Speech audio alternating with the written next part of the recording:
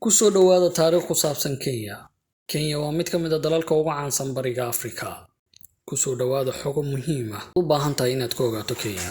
Dalkani wuxuu ku fadhiyaa bad dhuleed oo gaaraya 582,646 kiiloomitir isku wareega, waxaana ka dhul ballaaran Jamhuuriyadda Soomaaliya. Kenya waa dalka 48aad ee ugu dhulka weyn caalamka. Qiyaasta dadka dalka Kenya waxay gaaraysaa ku dhawaad 53 milyan oo qofood. waana dalka 27aad ee ugu dadka badan adduunka. Kenya waxay xornimadeeda heshay 12 Diseembar 1963. Hogaamiyihii ugu horreeyay ee Kenya waa Jomo Kenyatta, kaasi oo noqday ra'iisul wasaaraha Kenya, halka uuna yahay isla madaxweynaha ugu horreeyay ee Jamhuuriyadda Kenya. Waxaana uu sidoo kale dhalay Uhuru Kenyatta, madaxweynihii hore ee Kenya.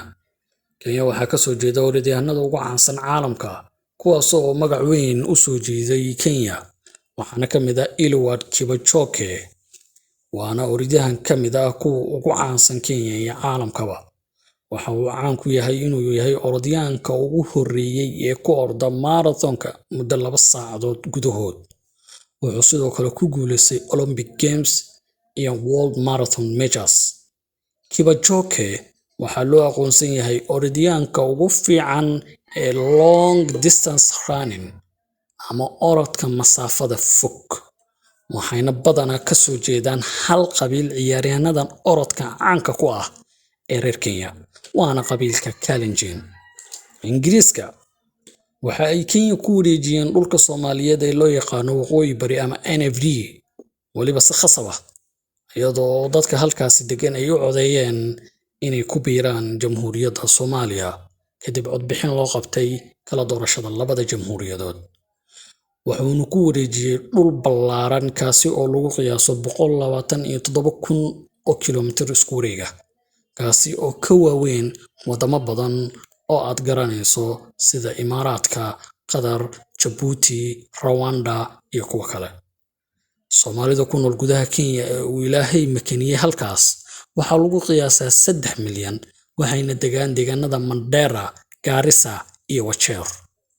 Sidoo kale, Kenya waxaa ku nool Soomaali badan kuwaas oo ka soo qaxay Jamhuuriyadda Soomaaliya kadib markii uu qarxay dagaalkii sokeeye. Waxayna ku nool yihiin xerooyinka qaxootiga sida Dadaab iyo Ibo, waxaana lagu qiyaasaa in ka badan 200,000 oo qofood. Soomaalidu waxa ay ku leeyihiin Kenya ganacsiyo waaweyn, waxayna degaan xaafadda Islii ee caasimadda Nairobi. Diinta dadka ugu badan ay haystaan gudaha Kenya waa tan Kirishtaanka oo lagu qiyaaso 80% in ka badan, halka tan labaad ay tahay Islaamka oo lagu qiyaaso 15%. Waxayna badanaa Muslimiintu ku nool yihiin magaalooyinka xeebaha sida Mombasa, Lamu iyo Waqooyi Bari Kenya.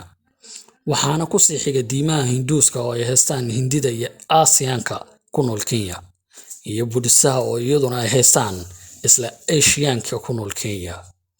Magaalooyinka ugu waaweyn Kenya waxaa ka mid ah caasimadda Nairobi, waxaana ku nool dad ka badan 4 milyan. Magaalooyinka kale ee waaweyn waxay kala yihiin Mombasa, ahna magaalada isha dhaqaale u ah Kenya iyo dekedda ugu weyn Kenya, Nakuru, Kisumu iyo Eldoret. Eldoret waa magaaladii lagu soo doortay madaxweynihii hore ee Soomaaliya ee dowladda ku meel gaarka ah Cabdullaahi Yuusuf. Kenya lacag ahaan waxaa laga adeegsadaa Kenya shilling, waxaana la sameeyay 1966 iyada oo laga guuray lacago ay isticmaali jireen wadamada Kenya, Uganda iyo Tanganyika oo hadda qayb ka ah Tanzania. Lacagtaas oo lagu magacaabi jiray Eastern African Shilling, taasi oo uu sameeyay gumeystaha Ingiriiska kuna xiray lacagtiisa poundka Ingiriiska. Si rasmiga ah, afafka Kenya looga hadlo waa 70 luqadood in ka badan, halka afka rasmiga ah ee Kenya uu yahay Ingiriiska, sidoo kalena uu soo raaco Sawaaxiliga. Afka ugu badan ee ku hadlaan dadka Kenya waa Sawaaxiliga. Qowmiyadaha Kenya waxaa la sheegaa inay yihiin 44 qowmiyadood, oo waxaana badanaa loo qaybiyaa Bantu, Cushitic iyo Nilotic. Qowmiyadaha ugu badan Kenya waa Kikuyu, waana 22% dadka dalkaas, halka Soomaalidu ay tahay 7% bulshada ku nool Kenya. Kenya waxay leedahay beero qaran oo laga helo duurjoog fara badan sida libaaxa iyo maroodiga iyo dameer farowga. Kenya waxaa laga helaa libaaxyo aad u fara badan, waxayna ka mid tahay wadamada caanka ku ah libaaxyada, waxaana soo raaca Tanzania, Botswana iyo Zambia. Kenya waxay wax ka leedahay harada Victoria. Kenya waxay leedahay buurta labaad ee ugu dheer Afrika, waana buurta Kenya ama Mount Kenya, waxaana lagu qiyaasaa dhererkeeda 5,200 mitir. waxaana ka dheer keliya buurta Kilimanjaro oo ku taala Tanzania. Kenya waxay sidoo kale leedahay harada Turkana, taasi oo ah midda afaraad ee ugu ballaaran Afrika, kadib harada Victoria, harada Tanganyika iyo harada Malawi.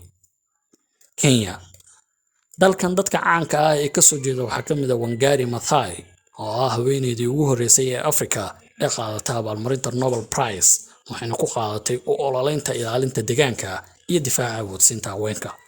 waxayna dhimatay 2011 iyadoo uu galaaftay cudurka kansarka.